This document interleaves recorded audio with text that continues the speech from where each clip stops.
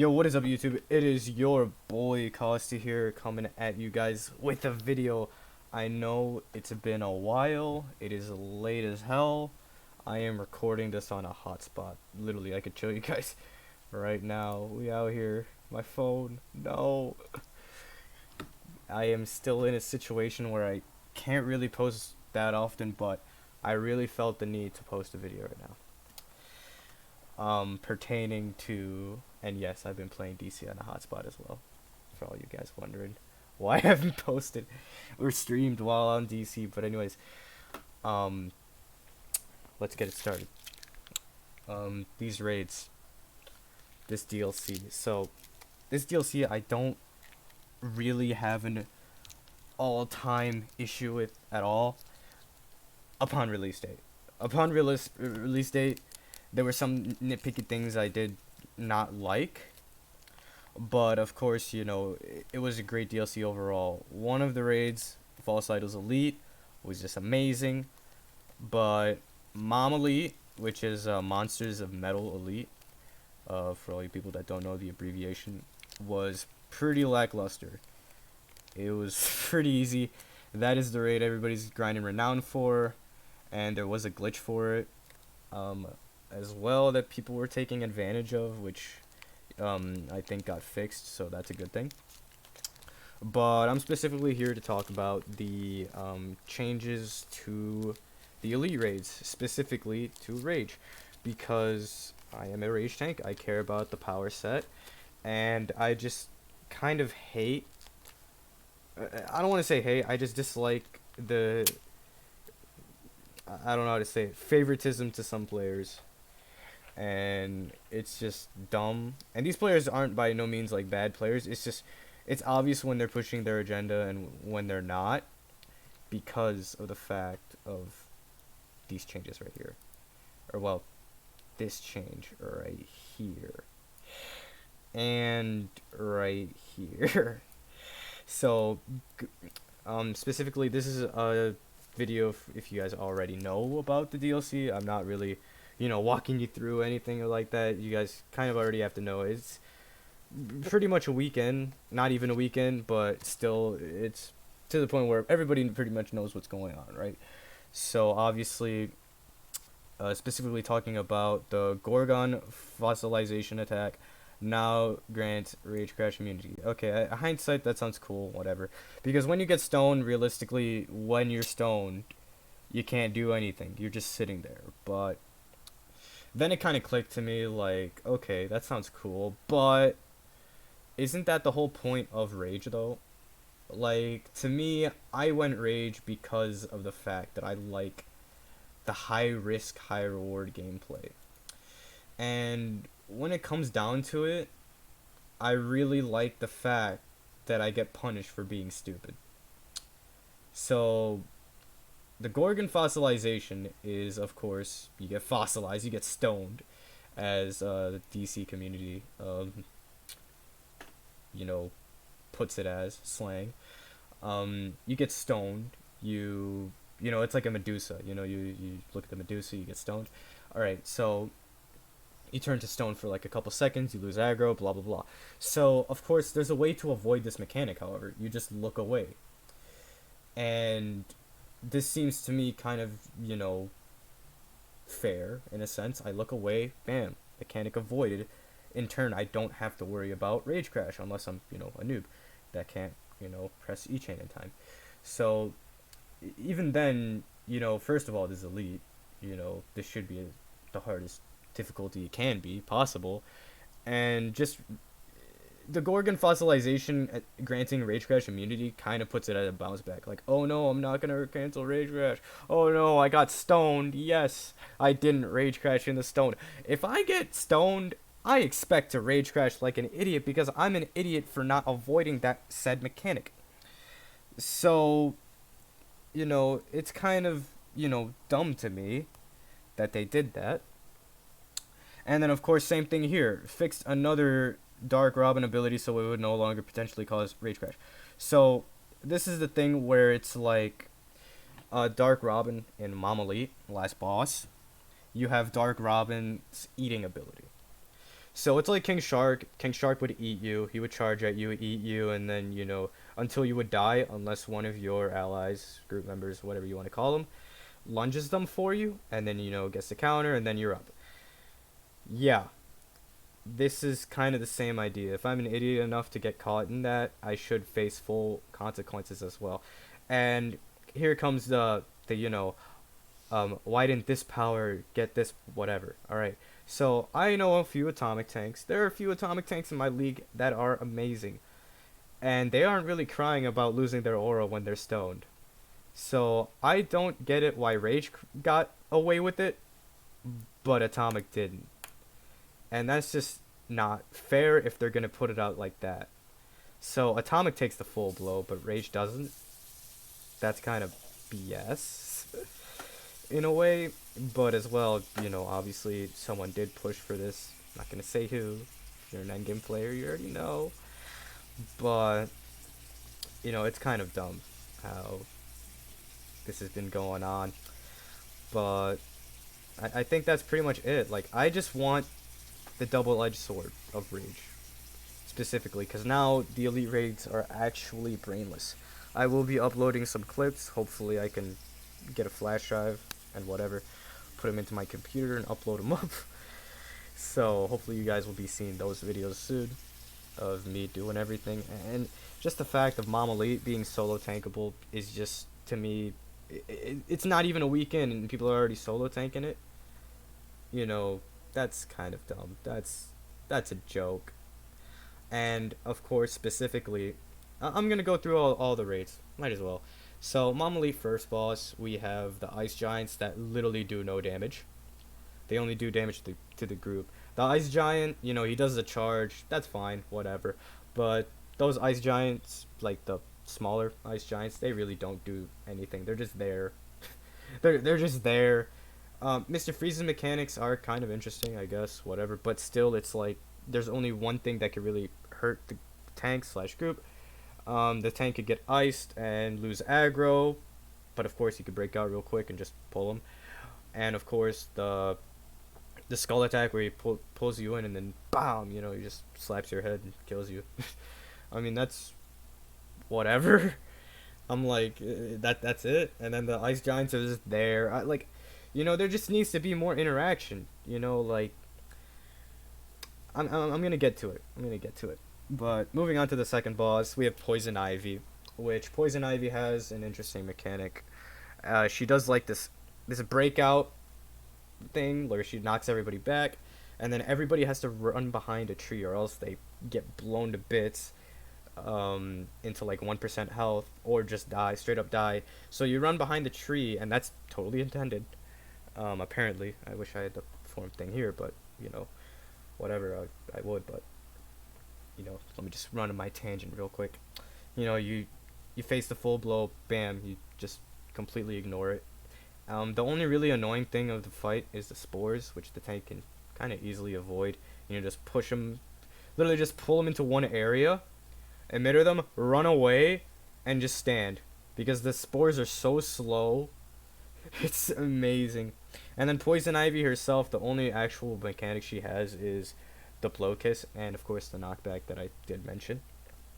The blow kiss is a mind control, pretty self-explanatory, but the interesting thing about the mind control, you could just roll to avoid it, and of course, if you get caught up into it, there are two things here, there are two cogs, where you could either become a spore and do some damage to Poison Ivy and debuff her, or you could become one of these, like, Bobs from the Doomsday Alert, Smallville. Yeah, and you could just, break people out of mind control really easily. So, of course, there's another bypass failsafe to that. So it's just failsafe on top of failsafe for that boss. And it's kind of annoying. The only real reason you would wipe is if the wrong person gets, like, mind controlled before the cogs pop up. Or if your tank gets body slammed by the spores and then everybody else gets yeeted. That's the only way I see wiping there possible. And even then, in a group with everybody's IQs being normal, it's pretty hard to wipe in there unless you hiccup really badly. Last boss is an utter joke. It was an utter joke upon release date. Same thing. So what happens is Batman Who Laughs is the final boss. What does he do? Absolutely nothing. You know what? I have a nickname for him. His name is Batman Who Block Breaks. That's literally all he's good for. All right. So this is how the gist of the fight works. You have Batman Who Laughs. You have one tank, or you could even solo tank it if you want. Just basically have him there just to be there. Like that's it. You know, and the objective of this fight is not to actually kill Batman Who Laughs. It's actually to free Batman and Superman by carrying this alloy. I'm sure you guys watch this on Obsidian's channel. If you guys watch Obsidian's channel, Obsidian's channel. But anyways, you go basically take this alloy metal to Batman, Superman. You free him over time. Portals open up. Dark Robins come out. Red Death comes out. And Merciless comes out. Right. So not all of that pops up at the same time, but you know it's one by one. It's pretty slow. The Dark Robins, they could eat you, like I said. You know, I like that mechanic. Cool, whatever. It makes me it just really tips me on my toes. You know, just watching out for the Dark Robins, and I don't like the fact of that. You know, not causing rage crash anymore. Because if I get caught, I get caught. I want to get caught. That's what makes elite raids hard in the first place. That's what makes them elite. You know, if you get caught, you get caught. Same thing with that stone. You should face full consequence to that. What's the point of that? You know, and I'm gonna go back to the Gorgon thing soon after I'm done on this. So Dark Robins come out. Okay, Red Death. You guys know what Red Death is. You know, he's that speedster. He's basically a copy of Johnny Quick, but like a bootleg version. So he doesn't really do much. He does the tornado stuff. It does way less damage. It's not a one shot or anything like that. He's literally just there to be there, just to kill him. You know, he's just there to make the boss fight longer. That's pretty sad. You can't really die from him unless you get caught like an idiot. And then the fact there's Merciless. Okay, Merciless, they kind of did, you know, something with him. That's interesting in the most recent hotfix, actually. Let me go back to there. The hotfix of September 18th, which was, you know, surprisingly, today. If only it would load. So, of course, Monsters of Metal. Oh, where is it? Merciless. Okay, I know one of the thingy. Adding repair vendor. Ooh. Where is it? Oh, yeah, here. Mid-screen messages that warned attacks from the Merciless and the Red Death have been disabled since they cannot be guaranteed to play when they're relevant. Players can still predict these attacks by paying attention to animations and chevron tells.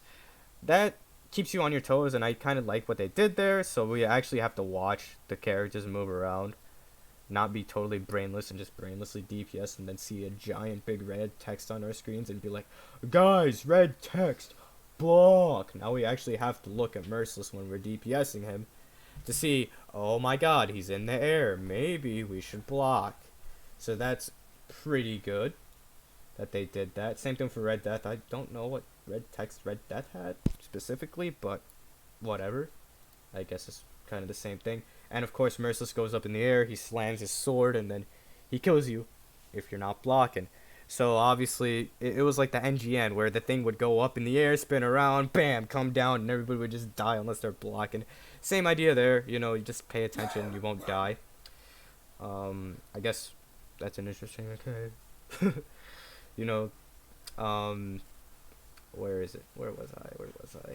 Oh yeah, Batman Who Block Breaks, he's just there. The one mechanic, while you're taking the metal to Batman and Superman, he can chain the people taking it to the thing. All you gotta do is lunge it. That's literally his only mechanic. That's stupid. That's literally stupid. Make him relevant. Make him do damage. Make him a threat to me. I will upload a video of me having all my tank powers red and still surviving him. I will upload that. That is that definite upload. I will be uploading in a couple days. Just give me, you know, time. Because I'm uploading on a hotspot. Give me time, guys. But, you know, those are my thoughts specifically on these hotfixes. Most of these hotfixes are actually good. It's just those just really killed the DLC. And, of course, you know, increase the timer slightly. blah blah blah Phoenix. That's a good change, I guess. You know, because that time was actually pretty fast. Oh yeah, magma creatures. All right, magma creatures. In the Forge, encountering elite will only do their leap attack once after right they spawn. That leap attack is OP, and that leap attack should still be in there. I love that shit because it kept DPSs right on their toes. If you were an idiot, you got slapped. And of course, there are those people that are gonna argue, you know, specifically my DPSs, even Prec DPSs as well now, since more weapons are relevant. I was in the middle of animation. Well, stay on your toes.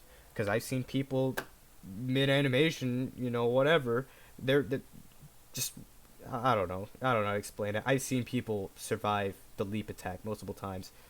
And it can be done. It's kind of random, but I really liked the fact that it was random. Where it's just, you just gotta keep yourself on the toes and you gotta know when to DPS. Because I did this yesterday, the second boss of False Idols. And, you know, we were dying, but I know there's one DPS in my group, he wasn't dying. Because he knew when to actually DPS. You just have to know when to DPS and when to strike hard. Another thing. Let me go through False Idols now. False Idols first boss is amazing. They shouldn't have changed anything with it. But of course, we got this hot fix with Rage. For other tank powers, it's fine. I like that. But specifically for Rage, the most brainless tank power there is right now, besides Ice. For, you know, obviously, reasons that I won't say in this video. But anyways, it now grants Rage Crash immunity, and same thing with this mechanic that now Rage Crash immunity. That there's really no point for that. I play Rage double-edged sword. What? Now let me explain a mechanic that actually deserves Rage Crash immunity. You guys remember Blackest Night, right? So in Blackest Night, we had Necron, and he would teleport. Probably the tank, probably the troll, whoever was basically in range of him, and you would go into this battery to lift up the mist container, blah blah blah, bring the mist container in. I used to rage tank that, and it was so annoying when I would get teleported, and it's like a long teleporting process too. So you would rage crash mid teleport, or you would rage crash right when you teleport in the lantern, and you would die just like that. Like, you couldn't do anything about it, and it's just really dumb. And we didn't get that fixed till way later, so I was dealing with that for like a good couple of months. So where were those people that were rage tanking now? That I really wonder, because I was dealing with that for a while. People like did not want me in their groups. Like, you're gonna rage crash when he teleports you. And we just had this big stigma on Rage for so long just because of the Rage Crash mechanic. But that's the whole point of Rage. I kind of wanted that stigma. I kind of wanted it. Not because of me seemingly to avoid an impossible mechanic. That's just BS. I wanted it to be a skill thing, where it's just like, this guy's going to Rage Crash because he sucks, not just because of an impossible mechanic. You know, I wanted to wow people, you know, and it's just like, I didn't Rage Crash. Because, you know, obviously Rage Crashing then was way more prevalent than it is now. When you Rage Crash now, you just pop a shield. Oh, I'm fine, guys. You know, Rage Crashing now is just a joke compared to what it was then. Because obviously you didn't get defense, and you had just this healing formula, blah, blah, blah. All the numbers were mumbo-jumbo. So obviously, then it was way bigger of a deal to Rage Crash than it is now. For some reason. But anyways, False Idols first boss. Second boss, they nerfed to a point. Second boss, we just steamrolled through today. My league and I. And it's just like, really? Like, we were kind of struggling just because of the magma ads and just the longevity of the fight in general. And then the weapons, of course. The weapons weren't really a big issue, but, you know, it did get annoying for the healers sometimes. And it's just like, yo, get the, you know, the anvil, you know. Get the lava out of here so we could get the weapons. And, you know, you have to have some really OP AoE damage to get to the anvil, and it's nice. Alright, it was nice yesterday, but today obviously we just steamrolled through it. I don't know exactly why, but you know, first of all, it was the magmas that definitely did attribute to that, but the weapons, the forged weapons, did seem way easier to burn down. I don't know if they did something with that, They did in regular. They reduced the damage and reduced the health in regular, but I don't know if that um, affected elite. Forward weapons will now do less damage and less health in normal mode due to fast most hate change. So I don't know if that like did anything in elite. Oh yeah, forward weapons now attack foe most hate unless someone is trying to strike a nearby animal in normal mode. Okay, yeah. So now they go back to the animal. So yeah, we figured that out apparently. Here's the forum post. But anyways, yeah. Okay, third boss. Third boss has always been interesting. I like third boss. They shouldn't change third boss at all. All right, third boss basically is this is how you get things done right. I'm gonna connect this to Mamali first boss. The ads are a problem. Like the ice behemoths and Mamali first boss are just nothing. They're just there. They're just there to be there. Like that's so dumb. It's dumb to me that a tank just can grab ads and just, you know, do nothing in a corner and just go to the corner, be there, just exist, basically with the ads and just play around with the ads the whole way, and you could just single target Mr. Freeze. I want the ads to be a problem, like they were in this boss. So Merciless, you're gonna burn him down until Wonder Woman comes in and strikes him with the Sunblade or whatever. So Merciless is pretty interesting in this fight for many, many reasons, and I actually like this boss fight specifically because we have Merciless coming in. You know, he doesn't pose that much an issue to the tanking him, but he does to the group so well. So he has this reflectability, but it's not just any reflectability. It's a reverse healing reflectability. So if you take damage while this reflect is up and your heal is healing, it actually hurts the group. It's amazing. So that's pretty awesome. You can't just, you know, sit around and do nothing. You actually have to be tipping on your toes. And if you have the debuff while the reflex up, you have to drink a soda and just tough it out.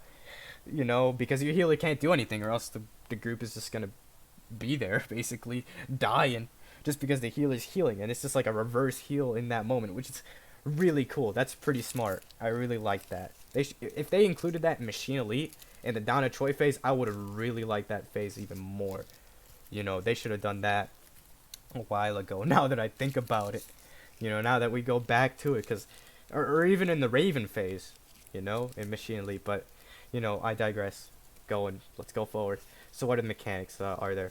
Of course, there are Olympian guards that come out. There are 2 sets that come out, and in this time where this ads are out, it is a problem. You know why it's a problem? Because there's a debuff going around, and if the debuff goes to the healer or tank or troll, I think troll, but it becomes a problem, because if the tank gets debuffed, you know, owie, you know, they get a heal debuff on them, and the healers can't heal them as well, so you gotta take those ads out so you push through that phase, basically. And that's what they did right in that boss. The ads are a problem. They're hitting the tank's dying, you know, help me, you know, help me. And I just really like the fact that that happens, you know, that's really cool. I really like that. So why don't we get to do it, you know, in Mom Elite first boss? Like, why can't the ads do anything? They're just there. I want them to be there for a purpose. You know, I don't want just blind ads coming in just like, oh, same thing with COD Elite. That was my problem as well. The ads are just there. The sub bosses are just there. Like, come on, do something. Harm me. Kill me. Something, right? And let's go on to the next thing. Alright, so obviously the goal here is to kill Merciless, but there's going to come to a point where Merciless is actually going to teleport to the middle, and it's going to be what we call the coin phase. There's going to be like a coin behind him. He's going to teleport to the middle, coin behind him. He can still do his reflect, you know, whatever. And ads are actually going to spawn, and they're going to chase Wonder Woman doing her Sunblade stuff. You have to defend Wonder Woman in this time. You know, these ads are very highly resistant. You know, once you pull them in, you pull them in. If you can't CC them, like, the group has to burn them before they get to Wonder Woman and start, you know, hurting Wonder Woman. Because if Wonder Woman gets hurt, she has to start over the process again. It's just an endless cycle. you know, and you actually need teamwork for that boss. So I really actually like that boss, but they actually need. I actually feel like they should do something with it because there's a lot going on. Oh yeah, there's also like lightning coming from the sky that'll turn you into a skeleton. And there's a point where he's gonna make all of you bow. You spam square, then you block, and then Merciless comes in with a slam. You have to block it or you die. So there's definitely a lot going on with this boss. That's probably like the best boss this DLC, other than False Idol's Elite first boss. So that's kind of my thing. You know, I kind of expressed my opinions on these nerfs and whatever, and I didn't really like them specifically for Rage because it makes this DLC much easier, and I just don't really want to, you know, play this watered down DLC because upon release I liked it the way it was. I wanted Mom Elite to get a buff, hopefully, you know, because I want to keep everything at least up on par to what Hive Elite was, or Machine Elite, you know, upon release, you know, like I want it to be that, you know what I mean? You know, and then Deathstroke receiving that buff during a Hive Elite, that was pretty nice. You know, everybody burning the icon suit, blocking the icon suit, whatever. Like, I actually like that. You know, the debuff phase, overlapping, whatever, makes it, you know, just, it keeps you on your toes. You know, same thing with the thing on FIE, False Idols Elite. Second boss, where the magma ads would literally touch you and you die. That's cool. That keeps you on your toes. This is elite, people. This isn't regular. Come on. You gotta step up the game here. You know, like, I want this. And then, of course, you know, the SM controversy is gonna come back up. Well, you got this elite content. You glitched it. Oh, we got test server time. Well, that's... Let's save that for another video, guys. Please, let's save that for another video. I wanted to express my opinions here. Because run through these raids now. Run through False Idols Elite. Give me your opinions, guys. Because I don't really like what they did. As far as, you know, September 16th. 18th is fine. With some things except the magma ads. And of course Merciless being counterable, I guess. You know, whatever. But, And then Living Forge from FIE. Second boss can now be countered better, apparently. His hammer throw. Now you can, instead of perfectly timing your rolls every time, now you could lunge him. Just straight up lunge him, which is cool. Whatever. You know, add some mechanics to Batman Who Laughs. You know, there should have been more done. They really had a good base. They just didn't execute the full way. Overall, this DLC theme-wise was really good. Difficulty-wise, only False Idols really satisfied that need. Even then, because once you learn the mechanics, it becomes easier and easier. Like, that's what everybody doesn't get. It's only getting easier from easier. And that's what people don't understand. So if you ask for nerfs not even a week in, just because your group can't beat it, that's so stupid. And I lost all respect for that. I lost all respect to that person who complained. You know who you are if you're watching. I don't like drama. Just keep it in the private chats, you know what I mean? But anyways, guys, that'll be it from me today. Discord in my about section, Twitter in my about section to let you guys know whatever's going on, and I'm actually gonna post another video soon. It's gonna be a pretty big video, kind of taking a turning point for this channel. So that'll be it, guys. Costi out.